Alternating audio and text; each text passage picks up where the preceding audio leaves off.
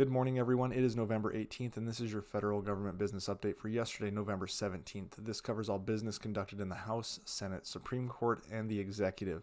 It is a nonpartisan update. Starting with the House of Representatives briefly convened for a pro forma session. They heard a few minutes of messages from the Senate and then adjourned until Tuesday of next week, November 21st.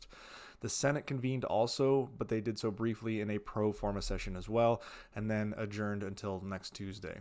Some of you may be asking what a pro forma session is. Well, in the U.S. Senate or the House of Representatives, it is a brief meeting that is held primarily to fulfill the constitutional obligation that neither chamber can adjourn for more than 3 days without the consent of the other chamber.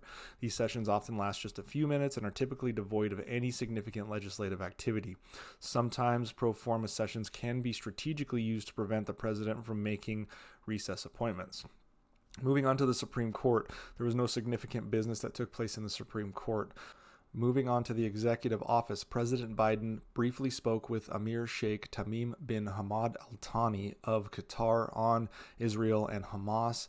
They both praised Israel's decision to allow more fuel and other aid packages to enter Gaza City while vowing to work together to provide further aid to the people of Gaza. Also, President Biden and Mexican President López Obrador met in San Francisco yesterday, reaffirming the U.S.-Mexican relationship as a vital strategic partnership encompassing economic competitiveness, climate change, security, and migration management.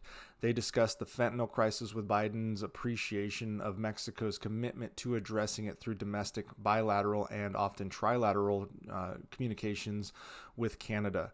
The leaders talked about expanding law enforcement cooperation to combat trafficking of people, drugs, and arms, and dismantling transnational criminal organizations. President Biden thanked President López Obrador for Mexico's role in America's Partnership for Economic Prosperity, emphasizing the opportunity to boost North American prosperity and combat climate change through job creation and technological advancement.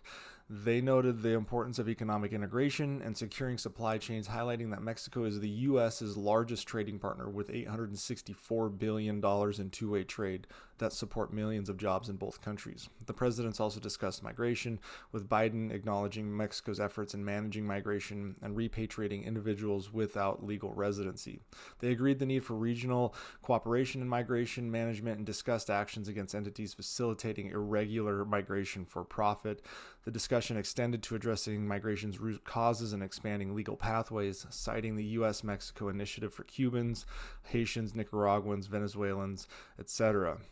The meeting concluded with a commitment to continue partnering in various areas, leveraging economic opportunities, and jointly addressing challenges like fentanyl and migration.